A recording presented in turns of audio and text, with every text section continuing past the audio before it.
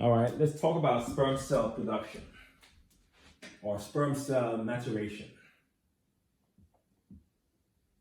Sperm cell development, the third word we use for that one. Okay, so here we go.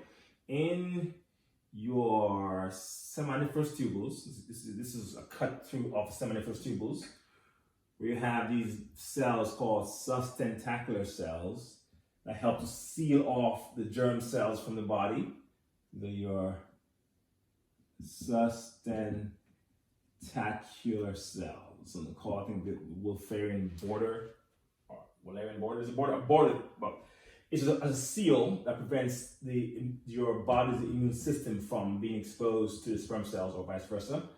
So here in the seminiferous tubules, sealed by your sustentacular cells, you have your germ cells, original sperm cells. These germ cells are called spermatogonia, or gonium for singular. At puberty, these cells start to mature, and they will go from being what's called germ cells or spermatogonia to becoming bigger or a little bit mature cells called your spermatocytes. Then spermatocytes will develop into spermatids, so that's kind of immature sperm cells. So you have spermatids,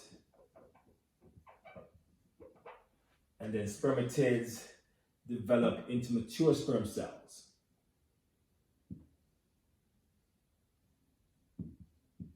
Called spermatozoa.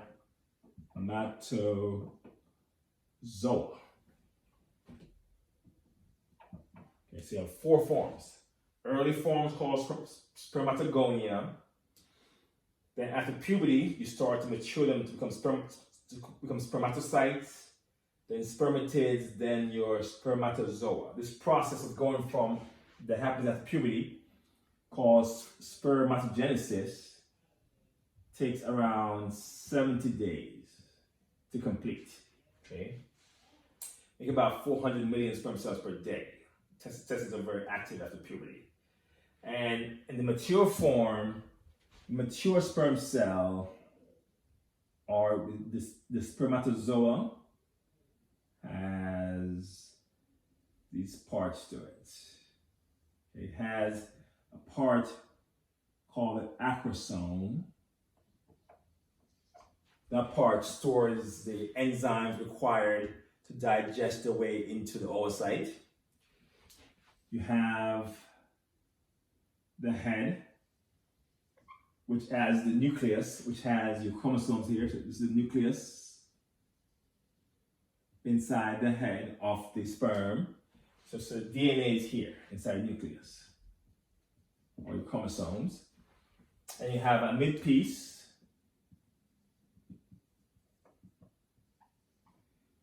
Mid-piece is what helps to make ATP. So it produces the energy required to keep the sperm cell alive as it travels through the female reproductive tract. And then you have the flagellum here, a tail piece that swims, that helps propel the sperm cell on this journey to find the oocyte. So sperm cell development, the spermatogonia, spermatocytes, spermatids, and the spermatozoa. The process takes around 70 days to occur, to fully happen. And then at the end, you have these parts to mature sperm cells. Okay?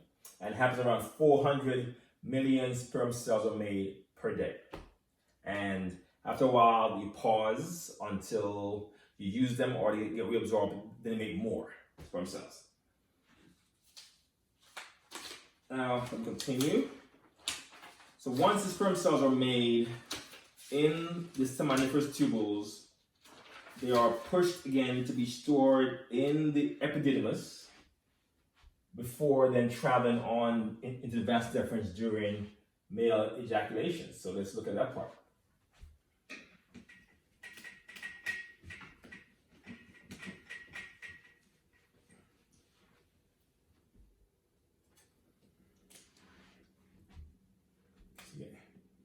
here is, this is your bladder.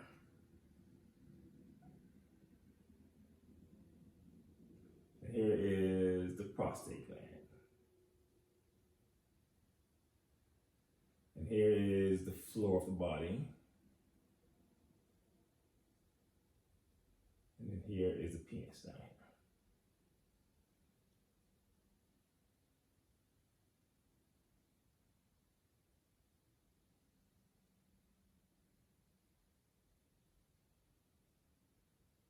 Okay. So over here you have your testes from the scrotum. You have your epididymis. That difference comes in. It will come in.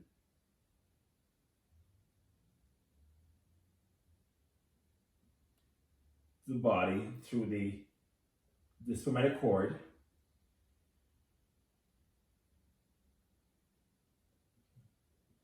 And so this is the best difference. Sorry, this is your epididymis.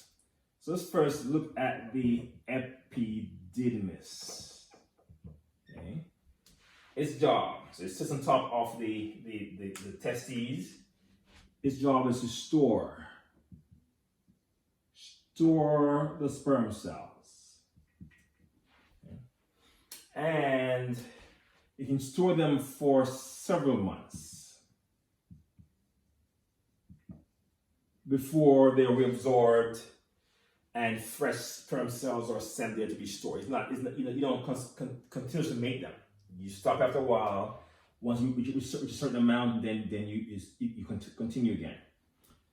Then after it's stored there, during male ejaculation, is sent up in the vas deferens. So this is your vas deferens.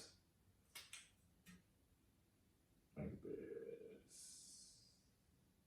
All right. It's then sent into the vas deferens. And at the end of the vas deferens, which comes in the body and goes behind the bladder to form a structure called the ampulla. That's where the sperm cell eventually empties into before entering into the urethra to an area called the ejaculatory duct. So here is the ejaculatory duct. That's where the sperm cell empties from the vas deferens to enter into the urethra. Okay. So there we go. All right. So it takes around 20 days for sperm to get through the epididymis, right, which is around 12 feet long. So now it's in the body through the vas deferens, and it will then enter into your urethra. There. So the parts of the urethra, which we discussed before, or the urinary system, urethra has the prostatic urethra, which is a part that's inside the prostate gland. So this part is the prostatic urethra. This part is the membranous urethra, and this part is the spongy urethra. So those parts will carry the sperm cell out of the body during ejaculation.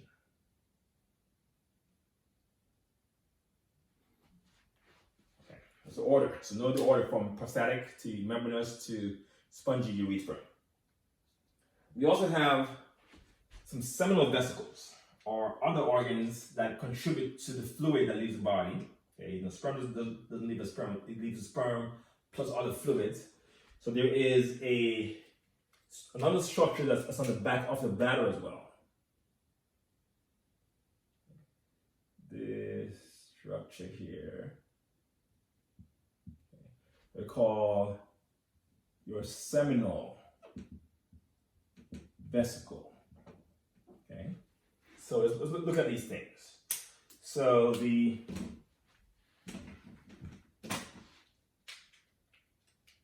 accessory glands, which are involved here, your seminal vesicle here will make fluid and to be released into the urethra at the time of ejaculation. And that fluid contains fructose, like a sugar, to nourish the sperm cell, give it energy, as well as prostaglandin, which helps to open the cervix so the sperm cell can enter.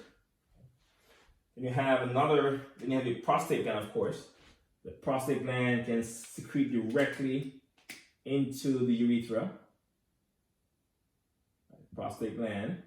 So the prostate gland,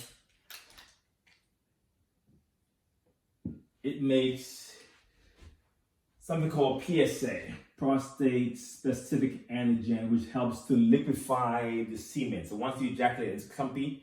This helps make it more, less viscous. So liquefy semen ejaculated from the body once in the vagina. And then you have some other two glands that sit right here, okay, that empty directly into the urethra as well. Call these your bulbourethral glands. And these ones really make, so your bulbourethral glands make a mucus secretion to rinse the urethra prior to ejaculation. That way you rinse out the urine that's there or things that may be harmful to the sperm cell on its way down. Okay, we'll pause there. No, we will not pause before we pause this. So one more stuff on here. So the semen, what leaves the body is called semen. And typically when the male ejaculates around 3 to 5 ml comes out of the ejaculate. So that's your ejaculate volume typically. And they contain there perhaps 300 to around 200 to 500 million sperm cells in total. And typically, like a normal sperm count, they call it, would be around 25 million per ml. If you're less than 15 million, you say you're set to a low sperm count. Less than, I think, 5 million, then you have very low sperm count.